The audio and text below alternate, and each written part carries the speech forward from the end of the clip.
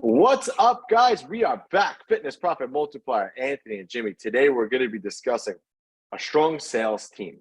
Why is it important to have a strong sales team? Obviously, to make sales. But the key is usually how it works in most gyms. Gym owner goes, opens up a gym, sells everybody, does all the training, start hiring trainers out. And now they don't want to do the sales anymore, or maybe they hate the sales component and they want to kind of pass that off. So now you've gotten to a certain point by yourself. And you're probably a decent salesperson if you're listening to this, right? Decent salesperson with trying to grow your gym because, you love your gym. So you figured out how to sell, right? Like you kind of stumble along the way and you figured out how to sell. So you're the best salesperson in your gym. But now it comes a time when, and for me, it was like, okay, when I went on vacation, all sales stopped. That was not good. So that's when I knew I needed to build a sales team. So now you go to build a sales team. Now, again, it's easy for you. And, you tell yourself, hey, here's the phone, go ahead. Big problem. So we're going to talk today about how to build a strong sales team. So this way you can replicate the results you got with yourself over and over and over very easily. Yeah. And it's so important to not just give away the role, right?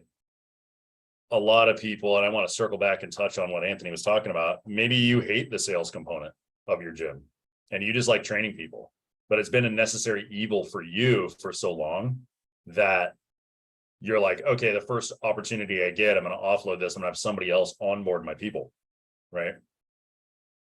It doesn't just work that way.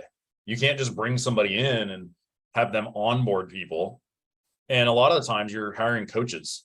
Coaches don't know how to sell. They just don't. They know how to coach.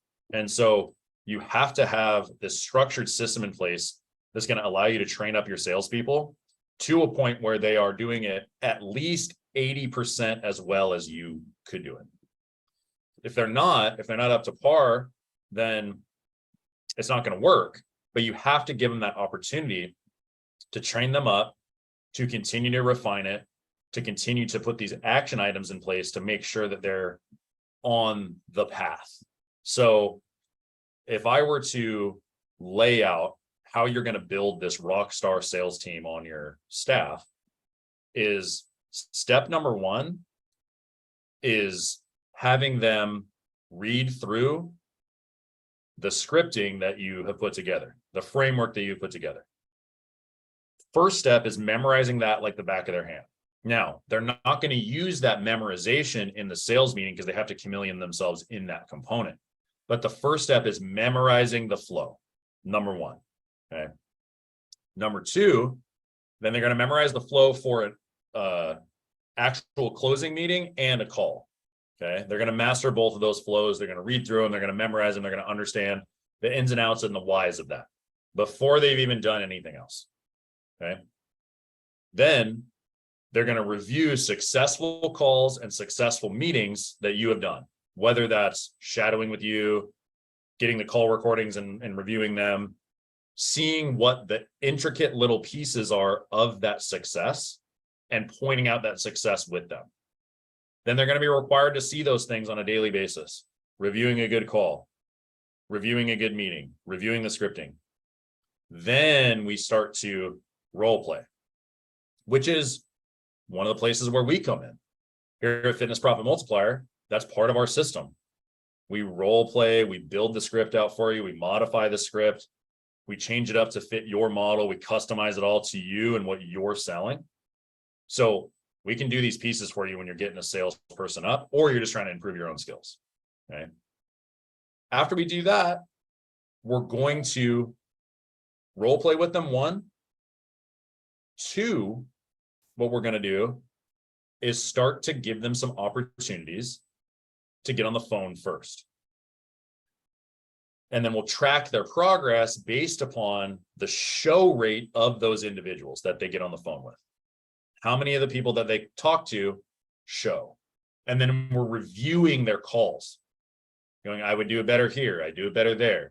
This is where you screwed up, Because we have to get in the arena, in the real arena, and you're going to take some hits in the beginning because they're not going to be good at it initially.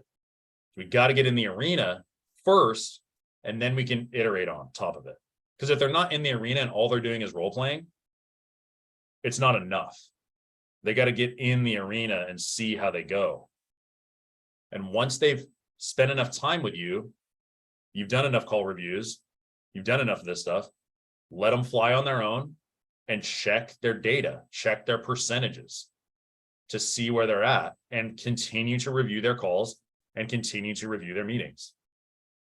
It's a skill that we have to hone and we have to sharpen all the time.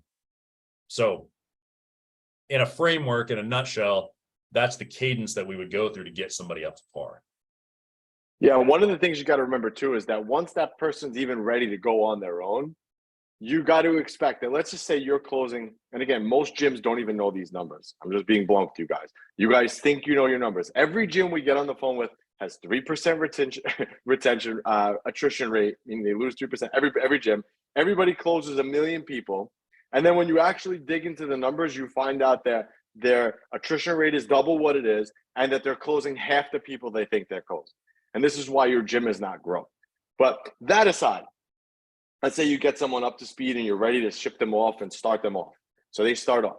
If you're closing at a true 80% as the owner, once you put somebody else in that position, expect for the first couple of months that percentage is going to drop because this is new to that person. So expect your closing rate to go from 80% with sales all the way down, to 60%. You could expect that kind of a drop, a 20% swing, because the new person's still getting the feelers out for it.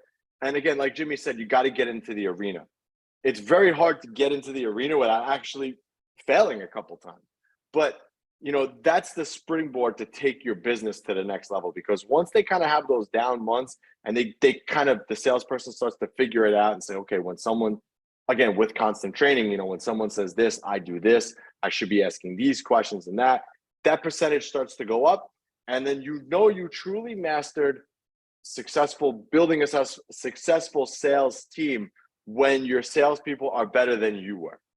And again, this is why it's so important to track your numbers. I can go on a whole rant about that, but that component of it is so true. Again, you could have as many salespeople as you want, but if you don't know who's making the dials, how many dials they're making, how many successful dials they're making, how many assessments that they're getting on the phone with, how many of them are turning into physical appointments that they're making. If you don't know the breakdown of any of those numbers on your salespeople, you're just kind of have staff that's pretending to sell, because you should be able to track exactly who closes what, how many percentage, who needs to pick up the phone more, who needs more work on getting people to pick up the phone, who needs more work on closing in the meeting. This is why it's so important to track these metrics. And again, if you don't want to track these metrics, that's fine. But then your gym will continue to make $20,000 and you will continue to struggle to make rent every month. But if you want to profit and get your gym to 7 figures and beyond, you have to learn how to build a strong, successful sales team. And you do that with a good system that's scalable to everybody and by tracking what's going on. I can't beat that up enough. Yeah. Best case scenario, if you're not following a sales system, you're making 20 grand, right? There are plenty of gym owners that are barely even making their rent and think that things are fine, think that they don't have things they need to work on or skills they need to build. And it's so sad in this industry because everybody wants to help people and you want to help the most people possible. So when you're a salesperson, you are the person that is trying to get this other person who's interested in improving and getting help to make a decision that's best for them. So if you're in a position where you're like, oh, sales, and this is talking to some of the people that may have found us, maybe aren't as into sales. Oh, I don't like selling. Sales is not something I want to do. I don't sell. I just help people. I just train people. The number one thing that you can do to help more people is to convince them to make a decision to work with you. And that is sales. So if you do not develop this skill of persuading people into doing what's best for them, you're going to ultimately help less people. So a little ranty, but if you think sales is a dirty word, it's the number one thing that you need to be doing. The other thing I will tell you guys too, and I've had staff do this before, you have a good good person on your staff and you're like, well, listen, I want to offer you more. I want to give you a different position. I'd like for you to start doing some sales. And the person wants to, they like you and they want to help the business. So they're like, yeah, sure. And I've had, staff that I've trained for sales that have gotten good, but they just don't like sales.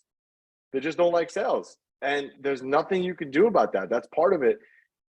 To have a strong sales team, the people have to want it. If they don't want it, they're not going to win and you're going to fail and waste a lot of money along the way.